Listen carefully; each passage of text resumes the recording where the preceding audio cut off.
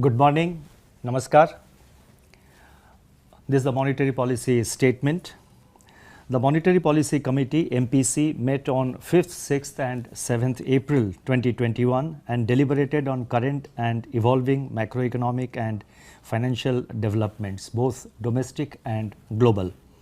The MPC voted unanimously to leave the policy repo rate unchanged at 4%. It also unanimously decided to continue with the accommodative stance as long as necessary to sustain growth on a durable basis and continue to mitigate the impact of COVID-19 on the economy while ensuring that inflation remains within the target going forward. The marginal standing facility, that is MSF rate and bank rate, remain unchanged at 4.2%.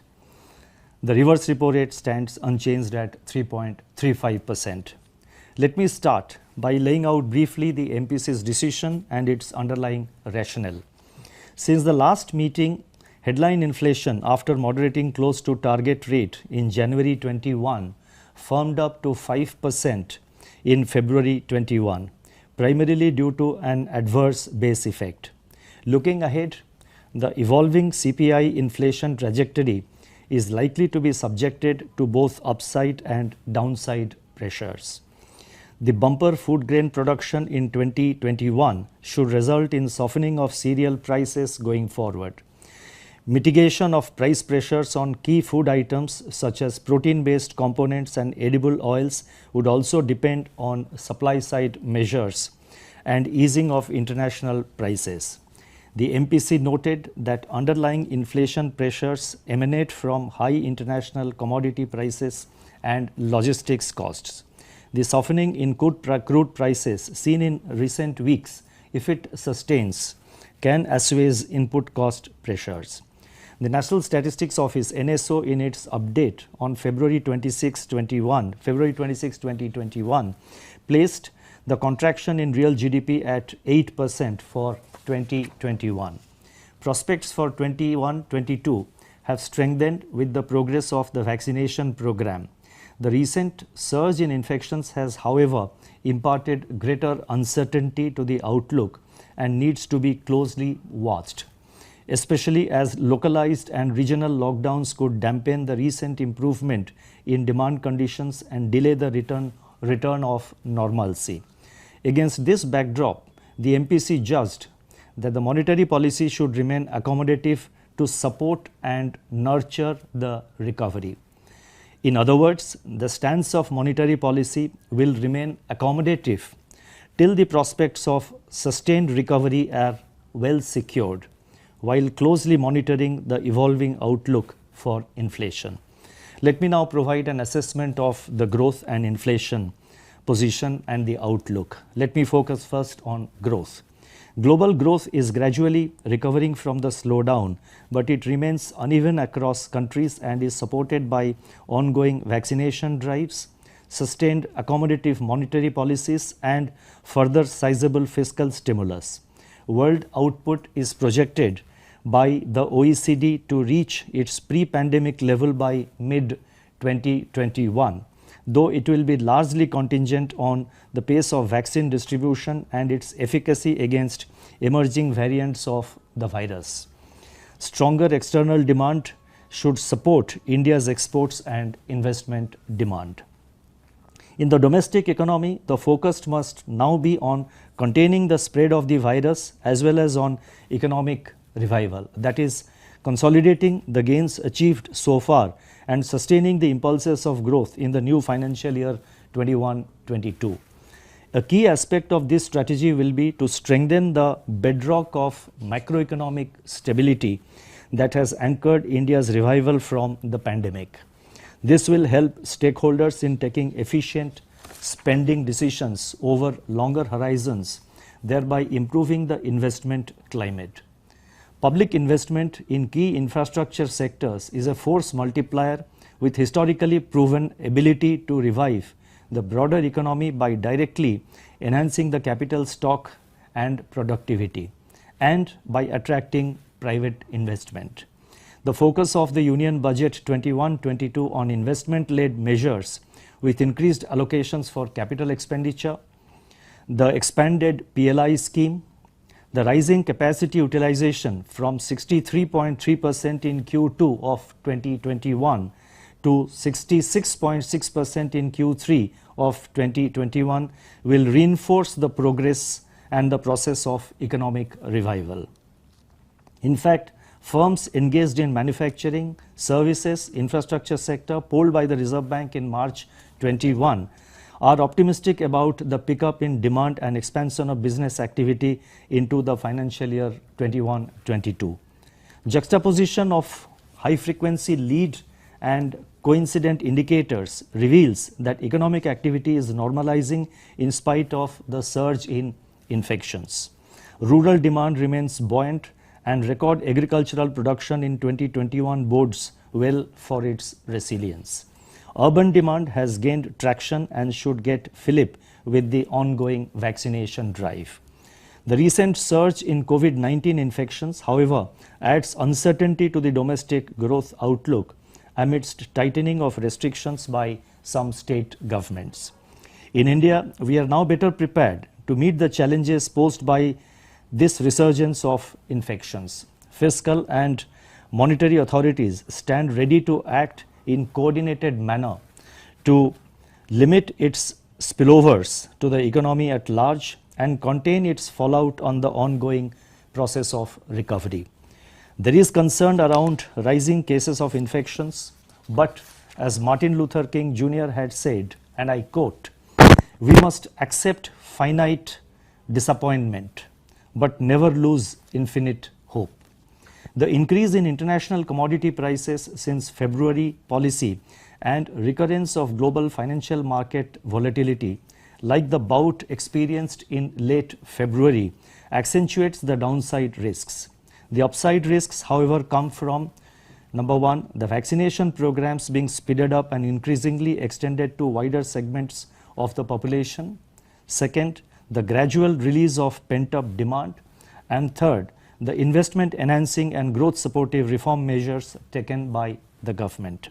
Taking these factors into consideration, the projection of real GDP growth for 2021-22 is retained at 10.5%, consisting of 26.2% in Q1, 8.3% in Q2, 5.4% in Q3 and 6.2% in Q4 of 21-22. Let me now focus on inflation. While headline inflation at 5% in February 21 remains within the tolerance band, some underlying constituents are testing the upper tolerance level. Going forward, the food inflation trajectory will critically depend on the temporal and spatial progress of southwest monsoon in its 2021 season. Second, some respite from the incidence of domestic taxes on petroleum products through coordinated action by center and states could provide relief on top of the recent easing of international crude prices. Third, a combination of international commodity prices and logistics costs may push up input price pressures across manufacturing and services.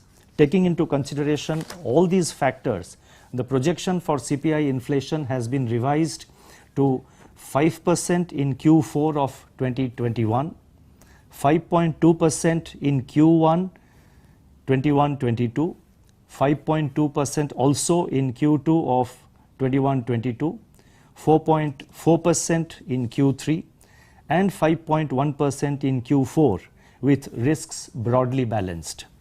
On March 31st, 2021, the government retained the inflation target at 4%, with the lower and upper tolerance levels of 2% and 6% respectively for the next 5 years, that is from April 21 to March 2026. An inflation rate of 4% over the medium term has now been successfully entrenched in the economic landscape. The experience with efficaciously maintaining price stability and the gains in credibility for monetary policy since the beginning of the inflation targeting framework in 2016 are reinforced by retention of the target and the tolerance band. From the time after The MPC was constituted in September 2016. Average CPI inflation for the period October 2016 to February 2020, prior to the onset of COVID-19 pandemic, was 3.8%, down from average 7.3% during January 2012 to September 2016. Our research suggests that trend inflation has moderated during the flexible inflation targeting period to around 4% in the recent times. The experience during COVID-19 pandemic period has testified to the flexibility of the framework to respond to sharp growth inflation trade-offs and extreme supply side shocks over the course of the business cycle. Monetary policy over the next 5 years would aim at consolidating and building upon the credibility gains of the first 5 years of inflation targeting, that is flexible inflation targeting. Let me now proceed and provide some guidance with regard to the liquidity position. In my statements over the past few policy announcements, I have been reiterating the Reserve Bank's commitment to ensuring ample system liquidity in consonance with the accommodative stance of the MPC. When I say ample liquidity, I mean a level of liquidity that would keep the system surplus, even after meeting the requirements of all financial market segments and productive sectors of the economy. From that perspective, our endeavor has been to conduct liquidity management operations conducive for promoting orderly market conditions. This approach has yielded results. It has facilitated the successful completion of central and state government borrowing programs of close to 22 lakh crore at record low costs with elongated maturity during 2021. It has also facilitated significant amount of private borrowing through corporate bonds, commercial papers and debentures. It would be worthwhile to note that despite the recommencement of the 14-day variable rate reverse repo, that is VRRR auctions since January 15, liquidity absorbed through the fixed rate reverse repo has steadily increased from fortnightly average of rupees 4.3 lakh crore during January 16 to 29 to 4.9 lakh crore during January 30 to March 31st, 2021.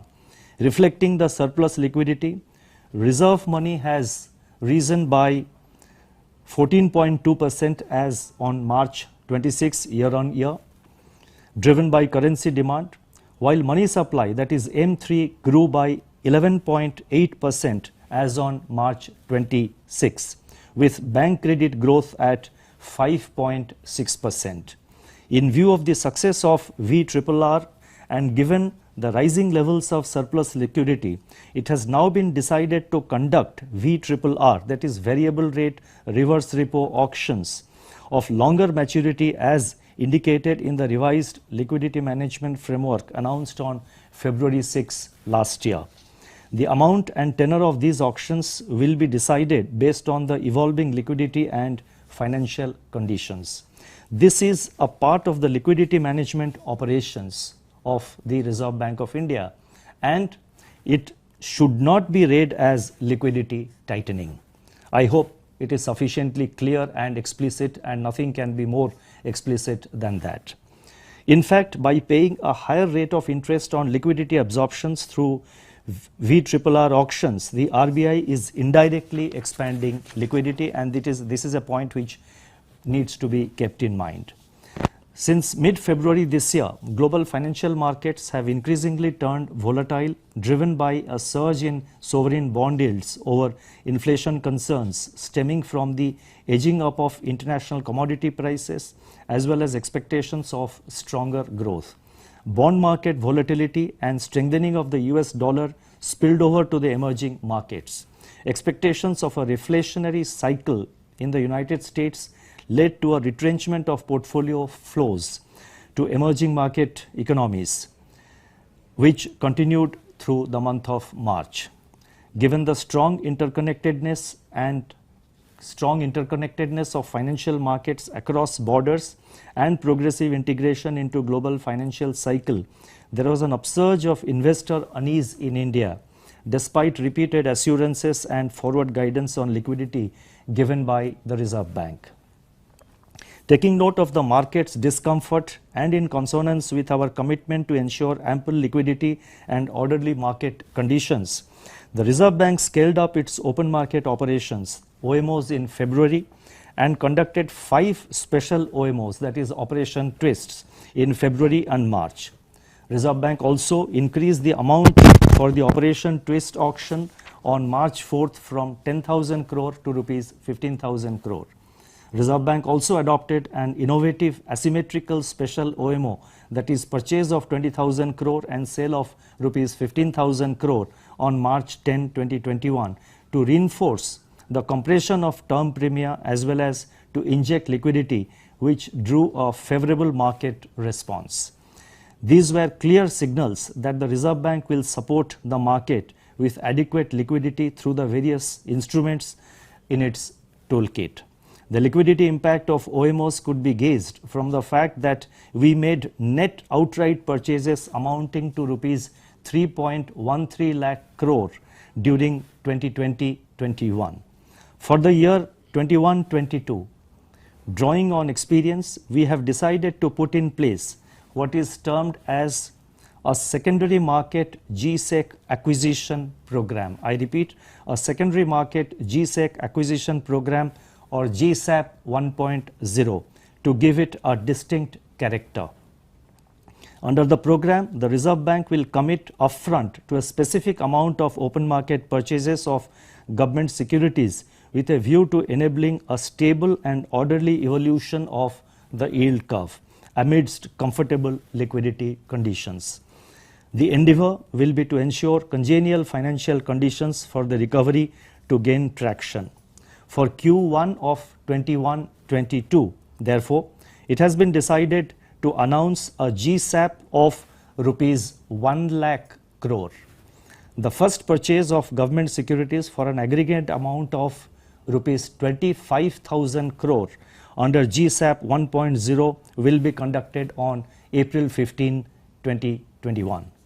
The positive externalities of GSAP 1.0 operations need to be seen in the context of those segments of the financial markets that rely on GSEC yield curve as a pricing benchmark. In addition, the extension of held to maturity dispensation opens up space for investments of more than rupees 4 lakh crore. We will also continue to deploy our regular operations under the LAF, longer term repo, reverse repo auctions, forex operations and open market operations, including special OMOs, to ensure liquidity conditions evolve in consonance with the stance of the monetary policy and financial conditions are supportive of all stakeholders.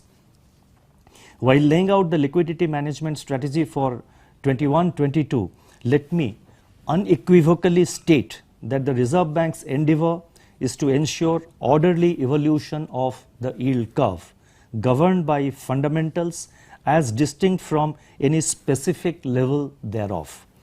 Our objective is to eschew volatility in the GSEC market in view of its central role in the pricing of other financial market instruments across the term structure and issuers, both in the public and private sectors.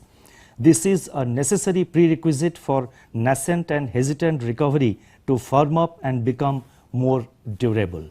Needless to add, two-way movements in bond yields consistent with the fundamentals are quite normal from a market perspective. However, such movements should not be abrupt and disruptive if financial stability has to be preserved.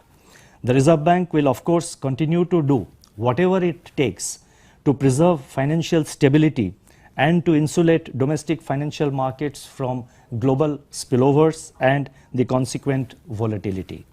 I would urge market participants to take heed of our actions, communication and signals in a balanced manner. Together, we can overcome the challenges and lay the foundations for a durable recovery beyond the pandemic. Let us prepare for our tryst with our potential firmly. Let me now announce some additional measures.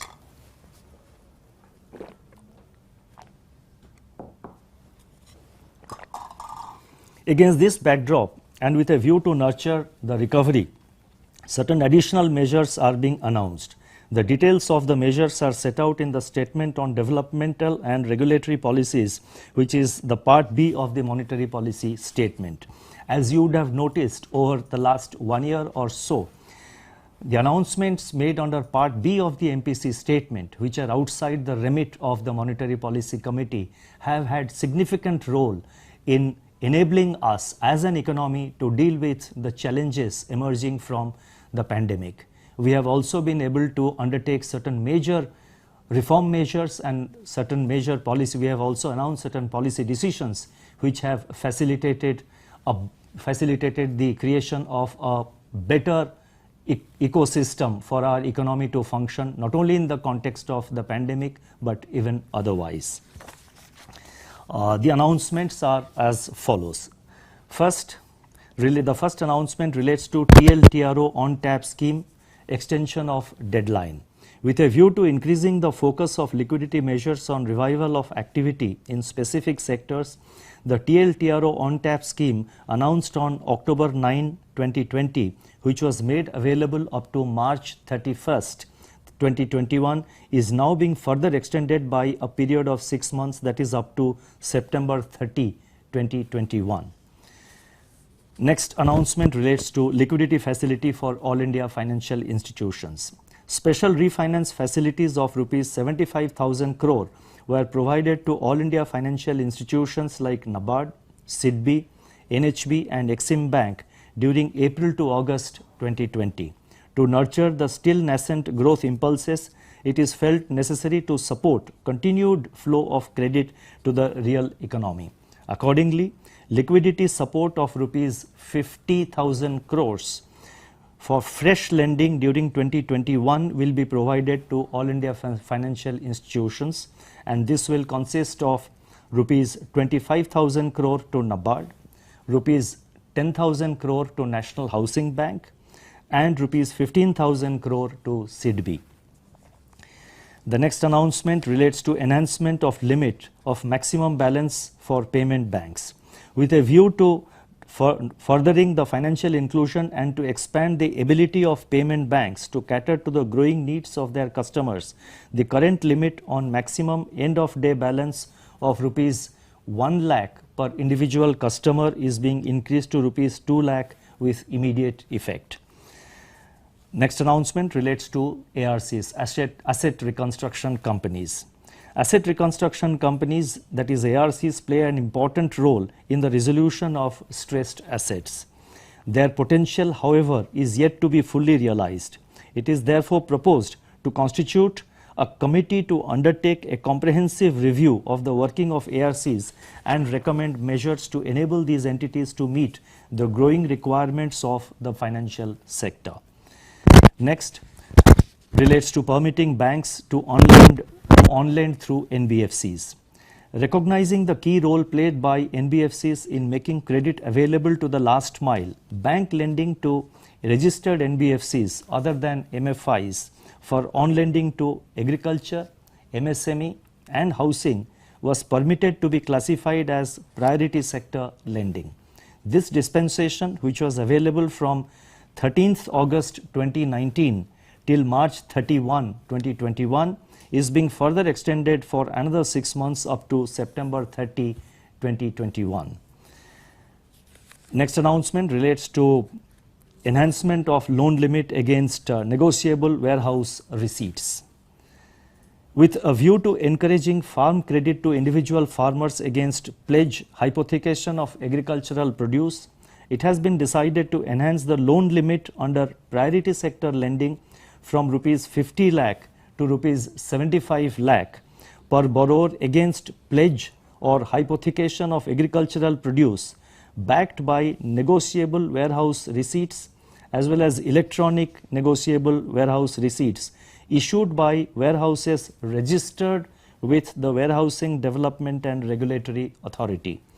Other warehouse receipts For other warehouse receipts, the loan limit for classification under PSL will continue to be rupees 50 lakh per borrower. Financial Inclusion Index. Financial inclusion has been a thrust area for the government, the Reserve Bank and other regulators, with significant progress made under this approach over the years. To measure the extent of financial inclusion in the country, the Reserve Bank proposes to construct and publish a Financial Inclusion Index, FI index, based on multiple parameters. This will be published in July every year for the financial year ending previous March. Next, I turn to centralized payment systems, that is we are extending the facility, membership under centralized payment systems, that is RTGS and NEFT, to entities other than banks. Let me elaborate. Membership to the RBI operated centralized payment systems, that is RTGS and NEFT, is currently limited to banks with a few exceptions. It is now proposed to enable non-bank payment system operators like prepaid payment instruments, that is PPI issuers, card networks, white label ATM operators and trades platforms regulated by the Reserve Bank to take direct membership in RTGS and NEFT. This facility is expected to minimize settlement risk in the financial system and enhance the reach of digital financial services to all user segments. We are also announcing interoperability of PPIs and increase in the account limit to 2 lakhs. Let me elaborate. The Reserve Bank had issued guidelines in October 2018 for adoption of interoperability on voluntary basis for full KYC prepaid payment instruments. As migration towards interoperability has not been significant, it is now proposed to make interoperability mandatory for full KYC PPIs and for all payment acceptance infrastructure. To incentivize migration of PPIs to full KYC, it is proposed to increase the current outstanding balance in such PPIs from rupees 1 lakh to rupees 2 lakh. Detailed circular on this will be issued separately, and we will provide adequate time for the entire process of transition to happen. Next, cash withdrawal from full KYC PPIs issued by non-banks. At present, cash withdrawal is allowed only for full KYC prepayment instruments, prepaid payment instruments, that is PPIs issued by banks. As a confidence boosting measure and to bring uniformity across PPI issuers, it is now proposed to allow cash withdrawals for full KYC PPIs of non-bank PPI users. This measure, in conjunction with the mandate for interoperability, will boost migration to full KYC PPIs and would also complement the acceptance infrastructure in tier 2 to tier 3 to tier 6 centers. Now, these announcements which I have made relating to the PPI, interoperability, etc., they are going to make significant contribution to our payment and settlement systems. They will also promote financial inclusion, and they will also enhance the reach of digital payments across the country. Next announcement relates to external commercial borrowings. Under the external commercial borrowing, that is ECB framework, borrowers are allowed to place ECB proceeds in term deposits with AD category 1 banks in India for a maximum period of 12 months. In view of the difficulty faced by borrowers due to the COVID-19 pandemic, it has been decided to permit parking of unutilized ECB proceeds drawn down on or before March 1st, 2020 in term deposits with AD category 1 banks in India prospectively up to 1st March 2022. And finally, one more announcement that relates to Ways and Means advance limit for states and UTs.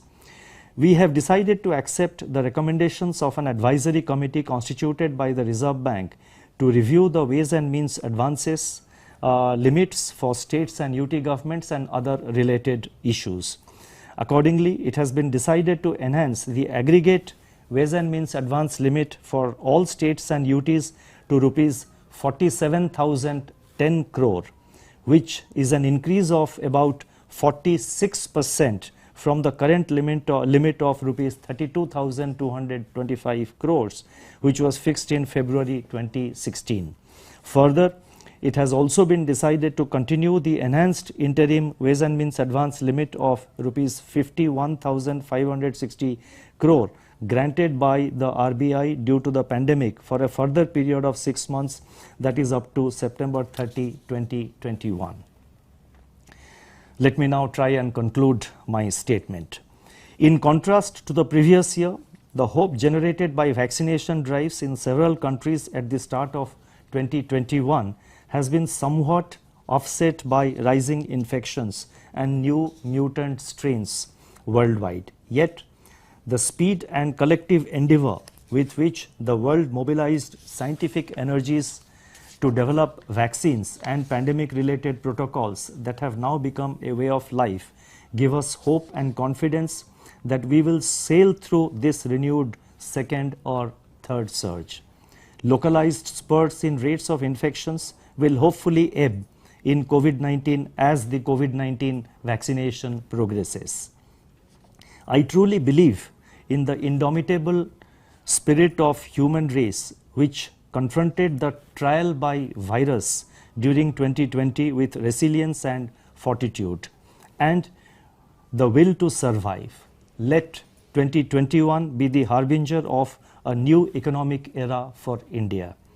I conclude by a quote from Mahatma Gandhi, who continues to inspire us, and I quote, "If patience is worth anything, it must endure to the end of time, and a living faith will last in the midst of the blackest storm."